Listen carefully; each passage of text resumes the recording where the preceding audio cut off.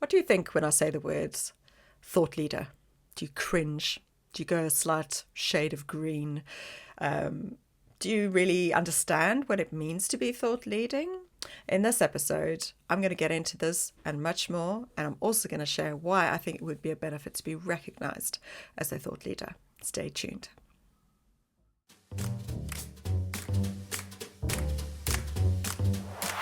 You're listening to The Brand Compass, conversations to navigate your way to building a brand fit for purpose and poised for success.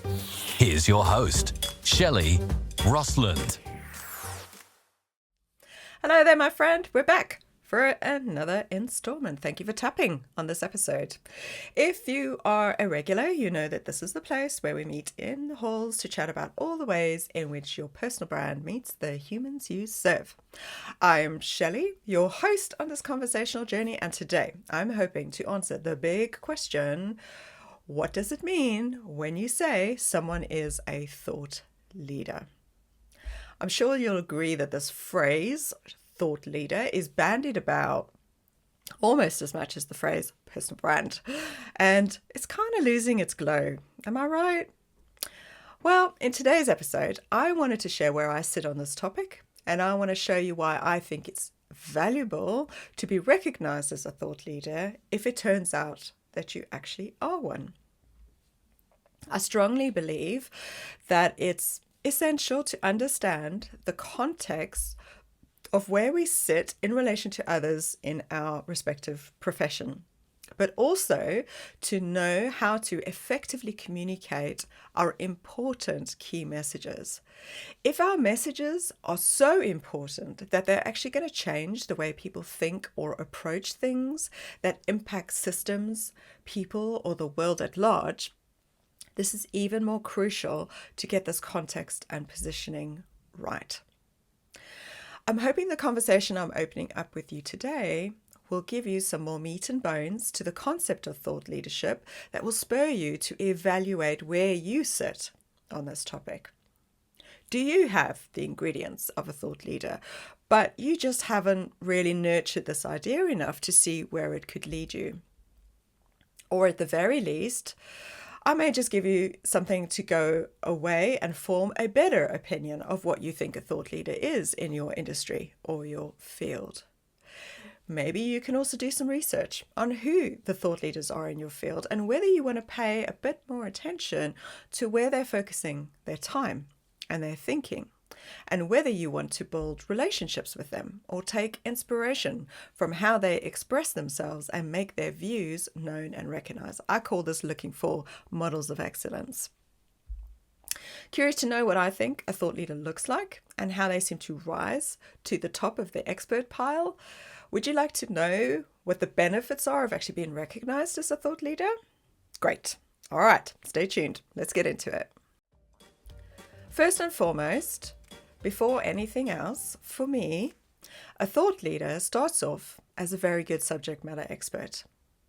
They are someone with deep knowledge, expertise, and experience gathered over a period of time in the topic or subject that they specialize in. Now, I've talked more about this in a previous episode, episode 28, where I honed in on the difference between being a proficient subject matter expert and a thought-leading visionary.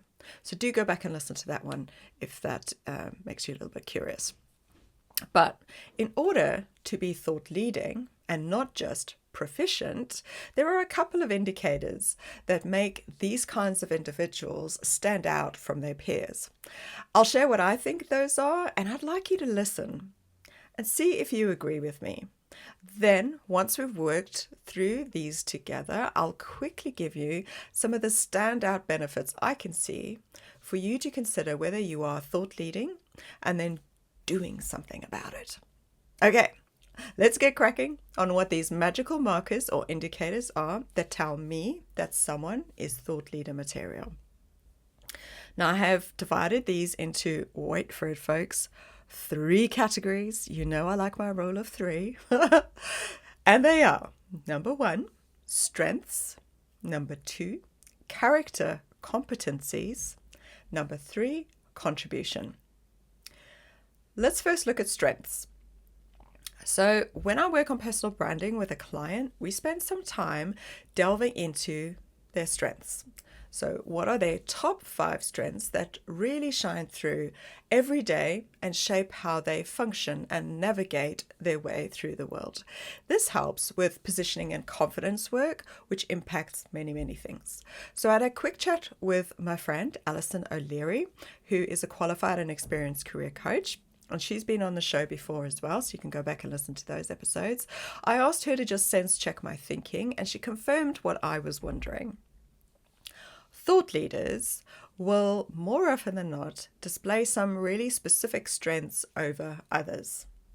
So you'll find that strategic and influencing skills probably have the propensity to rank higher on their strengths profiles. So for us, we use Gallup's Clifton Strengths tool for this work, in case you're wondering.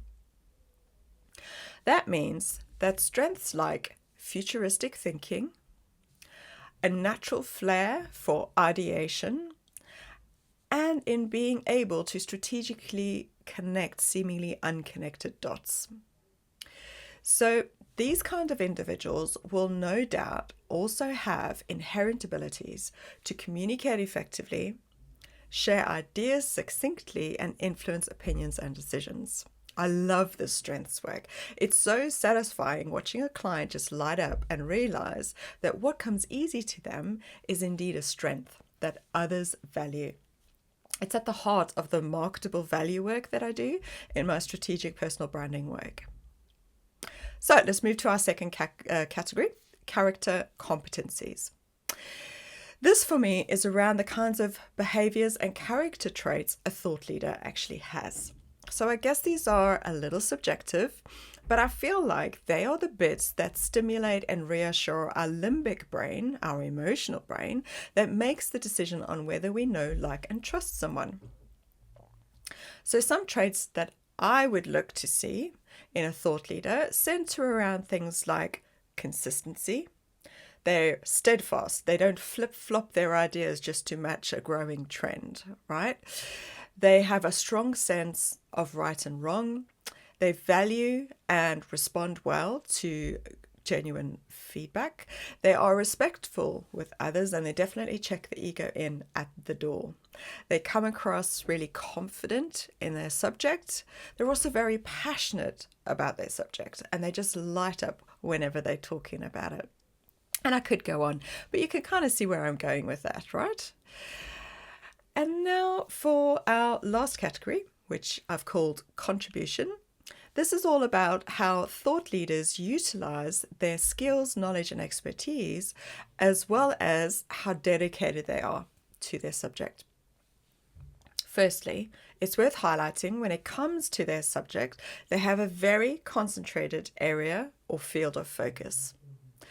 Today, we have too many professionals trying to be all things to everyone. And you know you have because you've come across them in networking, right? A thought leader, quite specifically, stays in their lane of focus. Even though they have these amazing talents to see the future and connect unseen dots, they are really careful to not advise or speak with authority about something they don't have any experience in. They could have an opinion, of course, but they won't consult or advise on it. The next thing to realize, following on from that, is that I think most thought leaders have very clear points of view, and they tend not to stray from these. They are, however, continuous learners, so that they aren't stagnant in how they apply their points of view, and they won't stray from these unless there's sufficient reason to. Their gut instinct on their area of experience is strong and unyielding. The other thing I'd also say under this contribution category is that peers will look to their industry thought leaders to help drive future planning, decision making, and building solutions to solve really big challenges. You'll probably find a thought leader at the center of big top-level industry discussions.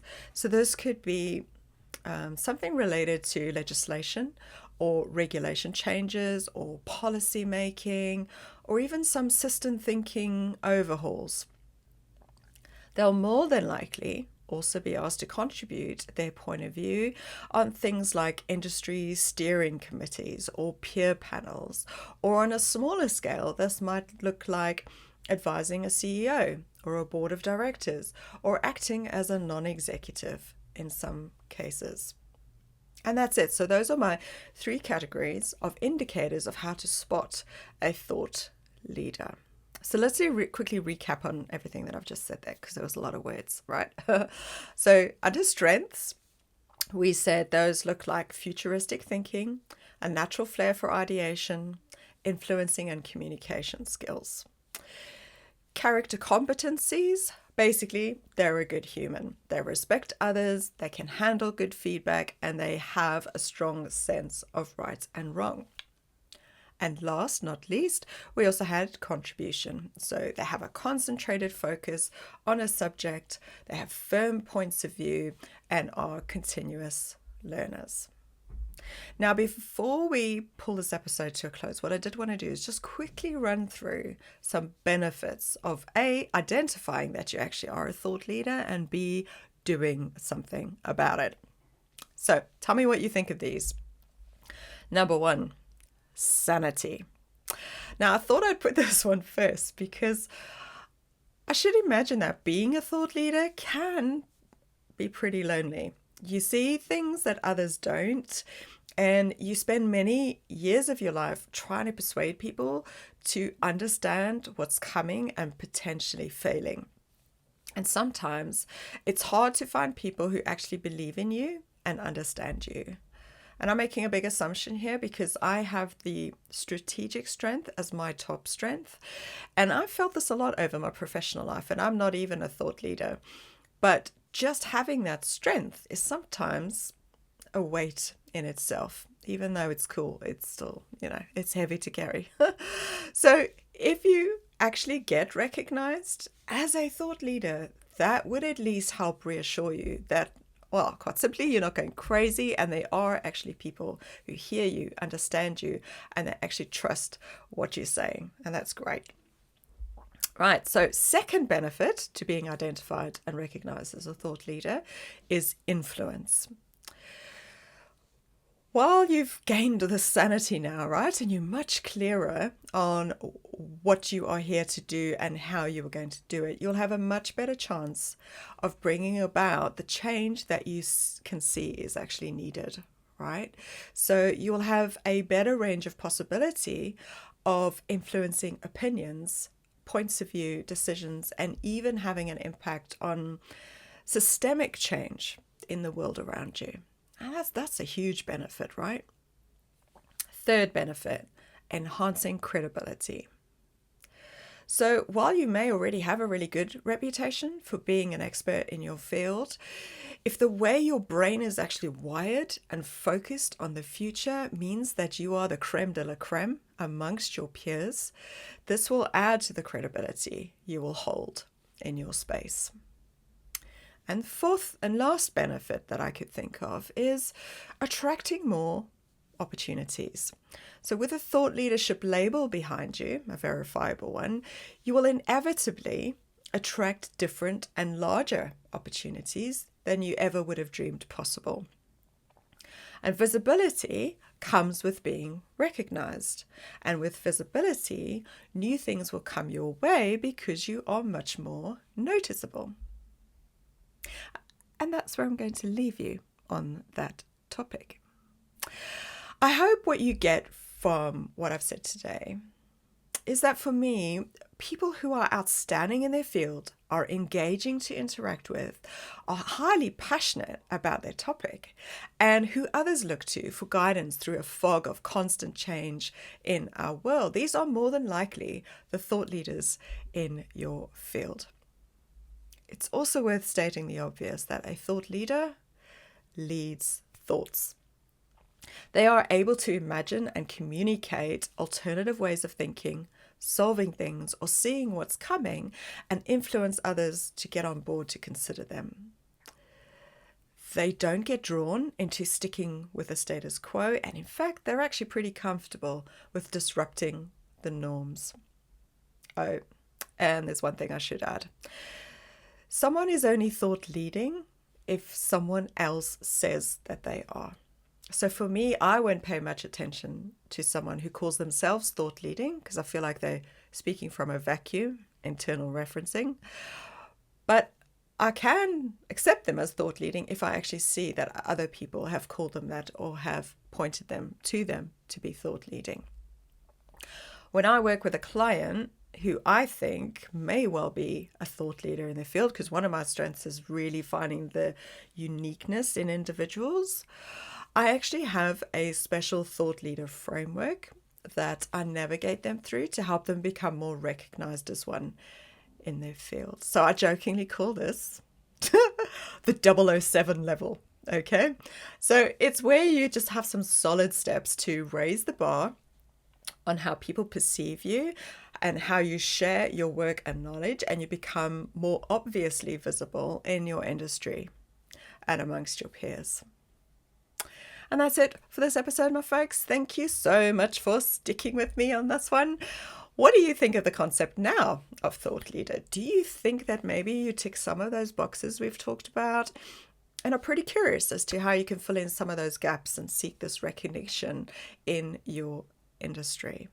Or did this just give you some good nuggets to chew on so that you can have better conversations with others on this topic too, and then maybe reevaluate who it is that you look up to and seeing them as thought leading? If you're keen on having a private conversation with me about how you can raise the bar on how you are perceived in your field amongst your peers, or maybe you even just want to leverage the good, strong reputation you've already built, drop me a line and let's book in a conversation. I'll add my details in the show notes for you. Who do you know that could do with hearing this conversation to navigate this hot topic of what a thought leader is? Go on, share this episode. You know you want to. Until next time, my friend, stay strong, believe you have value, and make good brand decisions. Thank you for listening to The Brand Compass. If you enjoyed this episode, make sure to share it with your entrepreneurial friends and help them make good brand decisions. Until next time, let's keep the conversation going at 𝗘𝗣𝗜𝗦𝗢𝗑𝗘𝗟𝗟.